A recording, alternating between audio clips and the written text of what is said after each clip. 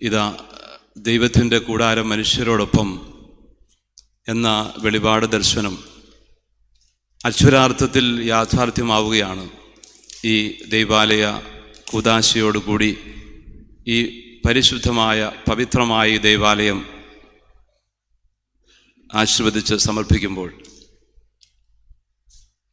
ഒരു കത്തോലിക്ക ദൈവാലയം എന്നത് കേവലം ഒരു കെട്ടിടമോ ഏതെങ്കിലും തരത്തിലുള്ള ഒരു ഹോളോ അല്ല, മറിച്ച് അത് ദൈവത്തിൻ്റെ മഹത്വം കുടികൊള്ളുന്ന ദൈവത്തിൻ്റെ തിരുസാന്നിധ്യമുള്ള പരിശുദ്ധ ഭവനമാണ്.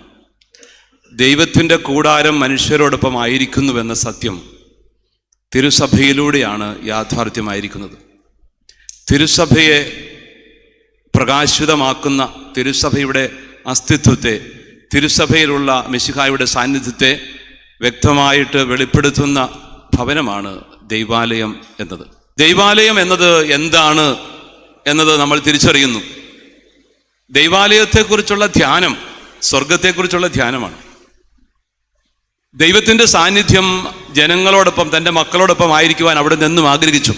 പർദീസായിലെ അവിടുത്തെ സാന്നിധ്യം അവിടുന്ന് തുടരുകയാണ്. പിന്നെ നമ്മൾ വായിച്ച് ശ്രവിച്ച വചന വായനകളിലൊക്കെ പുറപ്പാട് പുസ്തകത്തിൽ ദൈവത്തിൻ്റെ ജനത്തെ എങ്ങനെയാണ് അവിടുന്ന് നയിച്ചത്, അവിടുത്തെ സാന്നിധ്യം ഏതു തരത്തിലാണ് ആദ്യ കൂടാരത്തിൻ്റെ നിർമ്മാണത്തിലും അതിനോടൊപ്പവും ഉണ്ടായിരുന്നത് എന്നൊക്കെ നമ്മൾ കേട്ടു.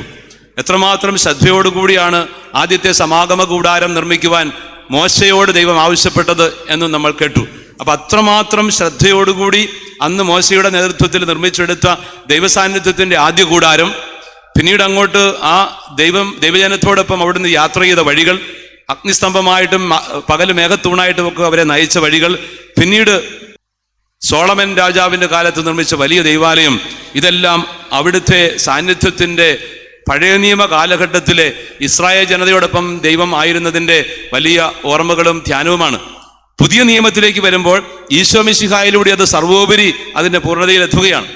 ജെറൂസലേം ദൈവാലയത്തിലേക്ക് എത്തുന്ന മിശിഹ ആ ദൈവാലയത്തെക്കുറിച്ചുള്ള കാഴ്ചപ്പാടുകളിൽ പോലും ഒരു മാറ്റം വരുത്തിക്കൊണ്ട് അതിനെ പൂർണ്ണതയിലെത്തിക്കുകയാണ്. ഈ ദൈവാലയം നിങ്ങൾ നശിപ്പിക്കൂ, കേവലം 3 ദിവസങ്ങൾ കൊണ്ട് ഞാനിതിനെ പുനരുദ്ധരിക്കുമെന്ന് അവിടുന്ന് തൻ്റെ ജീവിത സമർപ്പണത്തെക്കുറിച്ച്, തൻ്റെ പീഡാസഹനത്തെയും മരണത്തെയും ഉത്ഥാനത്തെയും കുറിച്ച് പറഞ്ഞുകൊണ്ട് തൻ്റെ തന്നെ ജീവിതമാകുന്ന രക്ഷാകര രഹസ്യങ്ങളുടെ ആകത്തുകയായ ദൈവാലയത്തെക്കുറിച്ച് ഈശോ സംസാരിക്കും. അപ്പൊ ഈശോയാകുന്ന ദൈവാലയത്തെക്കുറിച്ചാണ് പിന്നീട് കർത്താവ് പറയുന്നത്. ഈശോയാകുന്ന ദൈവാലയം, ഈശോ മിശിഹായുടെ തിരുസാന്നിധ്യമുള്ള സഭയാകുന്ന ദൈവാലയം, ആ ദൈവാലയത്തിലാണ് നമ്മളിപ്പോൾ ഇന്ന് ആയിരിക്കുന്നത്. ആ ദൈവാലയത്തിൻ്റെ ആന്തരികതയിലും ആധ്യാത്മികതയിലും അത് നൽകുന്ന ദർശനത്തിലുമാണ് നമ്മൾ ഈ പുതിയ നിയമ കാലഘട്ടത്തിലെ ദൈവജനമായ തിരുസഭ പങ്കുചേരുന്നത് എന്ന കാര്യം നമ്മൾ തിരിച്ചറിയണം. പുതിയ ദൈവാലയത്തിൽ കർത്താവിൻ്റെ സാന്നിധ്യം അതിൻ്റെ പൂർണ്ണതയിലുണ്ട്. എമ്മാനുവേൽ എന്ന അവിടുത്തെ നാമം തന്നെ ദൈവം നമ്മോട് കൂടെയാണ് എന്നാണ്. മത്തായി സുവിശേഷത്തിൻ്റെ അവസാന ഭാഗത്തൊക്കെ വളരെ കൃത്യമായിട്ട് ഈ ആശയം തന്നെ കർത്താവ് പറഞ്ഞു വെക്കും. സഭയോടൊപ്പം അവിടുത്തെ സാന്നിധ്യം ലോകാവസാനത്തോളം ഉണ്ടായിരിക്കുമെന്ന്. ഈശോ തൻ്റെ ദൗത്യം ഏൽപ്പിക്കുന്നത് സഭയാണ്. സുവിശേഷം പ്രഘോഷിക്കുവാനുള്ള ദൗത്യം ഏൽപ്പിക്കുന്നത് തിരുസഭയാണ്. അവിടുത്തെ തുടർച്ചയായ തിരുസഭയെ ആ ദൗത്യം ഏൽപ്പിക്കുന്നത് സ്ലീഹന്മാരിൽ അധിഷ്ഠിതമായ സഭ. അതുകൊണ്ട് സ്ലീഹന്മാർക്ക് കർത്താവ് കൊടുക്കുന്ന ഒരു വലിയ ഉറപ്പാണ്, ലോകമെങ്ങും പോയി സുവിശേഷം പ്രഘോഷിക്കുക സകല സൃഷ്ടികളോടും, ലോകാവസാനത്തോളം ഞാൻ നിങ്ങളോടൊപ്പം ഉണ്ടായിരിക്കും. അങ്ങനെ ലോകാവസാനത്തോളം കർത്താവ് കൂടെ ഉണ്ടായിരിക്കുമെന്ന് പറയുന്നത് അതിൻ്റെ ശരിയായ അർത്ഥത്തിൽ യാഥാർത്ഥ്യമാകുന്നത് സഭയിലെ അവിടുത്തെ സാന്നിധ്യത്തിലൂടെയാണ്. സഭയിലെ സാന്നിധ്യം ഏറ്റവും മനോഹരമായിട്ട് വെളിപ്പെടുത്തപ്പെടുന്ന ഇടമാണ് ഒരു പരിശുദ്ധ ദൈവാലയം. അതാണ് ദൈവാലയത്തിൻ്റെ പ്രസക്തി. അതാണ് ഞാൻ ആദ്യമേ സൂചിപ്പിച്ചത്. ഒരു കത്തോലിക്ക ദൈവാലയം എന്ന് പറഞ്ഞാൽ കേവലം ഒരു ഹോളല്ല, ഏതെങ്കിലും ഒരു കെട്ടിടം അല്ല, മറിച്ച് അത് ദൈവഭവനമാണ്. ആ ദൈവഭവനത്തോട് ബന്ധപ്പെട്ടാണ് നമ്മുടെ ജീവിതം എന്നും മുന്നോട്ട് നീങ്ങുന്നത്. നമ്മൾ മാമോദീസ സ്വീകരിക്കുന്നത് ഈ പരിശുദ്ധ ദൈവാലയത്തിലാണ്. മാമോദീസ തൊട്ടിയെ സഭയുടെ ഗർഭപാത്രം എന്നാണ് സഭാപിതാക്കന്മാർ വിളിക്കുന്നത്. അപ്പൊ സഭയുടെ ഗർഭപാത്രത്തിൽ നമ്മൾ ഈ ദൈവാലയത്തിലാണ് മാമോദീസ സ്വീകരിച്ചുകൊണ്ട് ആരംഭിക്കുന്നത്. തൈലാഭിഷേകവും പരിശുദ്ധ കുർബാനയും എല്ലാം ഈ ദൈവാലയത്തിൽ നിന്നാണ് നമ്മൾ സ്വീകരിക്കുന്നത്.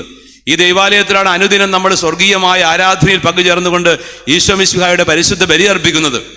ആ പരിശുദ്ധ കുർബാനയിൽ പങ്കുചേരുമ്പോൾ സ്വർഗത്തിൻ്റെ അനുഭവവും സ്വർഗീയമായ ആരാധനയുമാണ് നമുക്ക് അനുഭവിക്കാൻ പറ്റുന്നത്. അങ്ങനെ ഈശോ മിശിഹായെ നമ്മൾ ഈ പരിശുദ്ധ ദൈവാലയത്തിലൂടെ, പരിശുദ്ധ കുർബാനയിലൂടെയും കൂദാശകളുടെ പരികർമ്മത്തിലൂടെയും അനുഭവിച്ചറിയുന്നു. ഒപ്പം വചനം പ്രഘോഷിക്കപ്പെടുന്ന ഔദ്യോഗികമായ ഇടം ദൈവാലയമാണ്. ഓരോ പരിശുദ്ധ കുർബാനയുടെ വേളയിലും വചനം പങ്കുവയ്ക്കപ്പെടുന്നുണ്ട്. ഇതെല്ലാം കർത്താവിൻ്റെ പരസ്യ ജീവിതത്തിൻ്റെ സമയത്ത് അവിടുന്ന് നൽകിയ വചനം പങ്കുവെക്കലിൻ്റെ തുടർച്ചയാണ്. അങ്ങനെ വചനം പ്രഘോഷിക്കപ്പെടുന്ന ഇടമാണ് ഔദ്യോഗികമായിട്ട് ദൈവാലയം. എന്നുമാത്രമല്ല, ബാക്കിയുള്ള എല്ലാ കൂദാശകളുടെയും പരികർമ്മവും ദൈവാലയവുമായിട്ട് ബന്ധപ്പെട്ടാണെന്ന് നമ്മൾ ഓർക്കണം. ഏറ്റവും അവസാനം നമ്മൾ ഈ ഭൂമിയിൽ നിന്നും യാത്രയാകുമ്പോഴും അവസാനം ഈ ദൈവാലയത്തിലൂടെ കടന്നല്ലാതെ നിത്യതയിലേക്ക് പോകുന്നില്ല. നമ്മുടെ മൃതമഞ്ചം വഹിച്ചുകൊണ്ട് ഈ ദൈവാലയത്തിലേക്കാണ് എത്തുന്നത് എന്ന കാര്യം നമ്മൾ ഓർക്കണം. മാമോദീസായിക്ക് ആദ്യം നമ്മളെ എടുത്തുകൊണ്ടുവന്നെങ്കിൽ പിന്നീട് വർഷങ്ങൾക്ക് ശേഷം ഒരു ജീവിതം അതിൻ്റെ യാത്ര പൂർത്തിയാകുമ്പോൾ വീണ്ടും അതേ ദൈവാലയത്തിലേക്ക് തന്നെയാണ് കടന്നു വരുന്നത്. അതുകൊണ്ട് ദൈവാലയവുമായിട്ട് ബന്ധപ്പെട്ട് മാത്രമാണ് ഒരു കത്തോലിക്ക വിശ്വാസിയുടെ ജീവിതം മുൻപോട്ട് ചരിക്കുന്നത്. നമ്മൾ നിത്യതയിലേക്ക് തീർത്ഥാടനം ചെയ്യുന്നവരാണ്, സ്വർഗോന്മുഖരായി യാത്ര ചെയ്യുന്നവരാണ്. തീർത്ഥാടക സമൂഹമായ സഭ അതിൻ്റെ തീർത്ഥാടനം ആരംഭിക്കുന്നതും തുടരുന്നതും സമാപിപ്പിക്കുന്നതുമെല്ലാം ദൈവാലയവുമായിട്ട് ബന്ധപ്പെട്ട് തന്നെയാണ്. അതാണ് ഒരു കത്തോലിക്ക ദൈവാലയത്തിൻ്റെ മഹത്വം. പ്രിയപ്പെട്ടവരെ, അതുകൊണ്ട് നമ്മുടെ ഈ ഇടവകയുടെ ഹൃദയം ഏതാണെന്ന് ചോദിച്ചാൽ അത് ഈ ഇടവക ദൈവാലയമാണെന്ന് പറയണം.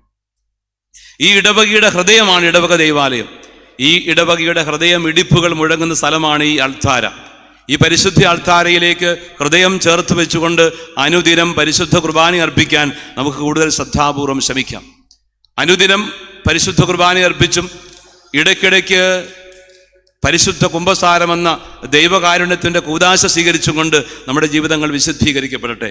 അങ്ങനെ കൃപ നിറഞ്ഞവരായി സ്നേഹത്തിൻ്റെ പങ്കുവയ്ക്കുന്ന അനുഭവങ്ങൾ എപ്പോഴും കൂടുതൽ ആഴത്തിൽ അനുഭവിച്ചുകൊണ്ട് നമുക്ക് ഇടവകയിൽ വ്യാപരിക്കാം. ഈശോ തൻ്റെ ജീവിതത്തെ തന്നെ ദൈവാലയമായിട്ട് പറയുമ്പോൾ പൗലോസ്ലീഹായുടെ ലേഖനത്തിൽ നമ്മൾ ശ്രവിച്ചു, നിങ്ങൾ കർത്താവിൻ്റെ ആലയമാണ്. ഈശോ നമ്മളിൽ വസിക്കുമ്പോൾ നമ്മൾ ദൈവത്തിൻ്റെ ആലയങ്ങളായി മാറുന്നു. അപ്പോൾ ദൈവാലയത്തിലെ ശുശ്രൂഷകളിൽ പങ്കുചേർന്നുകൊണ്ട് പരിശുദ്ധ കുർബാന അർപ്പിച്ചുകൊണ്ട് കൂദാശകൾ സ്വീകരിച്ചുകൊണ്ട് വചനം ശ്രവിച്ചുകൊണ്ട് നമ്മൾ ദൈവത്തിൻ്റെ ജീവനുള്ള ആലയങ്ങളായി മാറണം. നമ്മൾ ദൈവത്തിൻ്റെ ജീവിക്കുന്ന ആലയങ്ങളായി മാറുമ്പോഴാണ് ദൈവാലയത്തിൻ്റെ ദൗത്യം പൂർത്തിയാവുന്നത്. അവിടെയാണ് ദൈവാലയമായിട്ട് ഞാൻ മാറുന്നത്, നമ്മൾ ഓരോരുത്തരും മാറുന്നത്. പ്രിയപ്പെട്ടവരെ, ഇനി ദൈവാലയങ്ങളായിട്ട് മാറാൻ ആത്മാർത്ഥമായിട്ട് ശ്രമിക്കാം. ഈ ദൈവാലയത്തിൽ നിന്നും കൃപ സ്വീകരിച്ചുകൊണ്ടാണ് കുടുംബം എന്ന ആലയത്തിലേക്ക് നിങ്ങൾ എത്തുന്നത്. കുടുംബത്തിലും കർത്താവിൻ്റെ സാന്നിധ്യം എത്തിക്കുന്നത് ഈ ദൈവാലയത്തിൽ നിന്നുമാണ്. അതുകൊണ്ട് കുടുംബങ്ങളും ദൈവാലയങ്ങളായി മാറട്ടെ. അങ്ങനെ സ്നേഹത്തോടെ പങ്കുവയ്ക്കുന്ന ഒരു സമൂഹമായിട്ട് നിങ്ങൾ ഇതുവരെയും വളർന്നു വന്നു. ഇനി ഉപരിയായിട്ട് വളരുവാൻ ഇടയാകട്ടെ. ദൈവം അനുഗ്രഹിക്കട്ടെ എന്ന് ഞാൻ ആത്മാർത്ഥമായിട്ട് ആശംസിക്കുകയും പ്രാർത്ഥിക്കുകയും ചെയ്യുന്നു.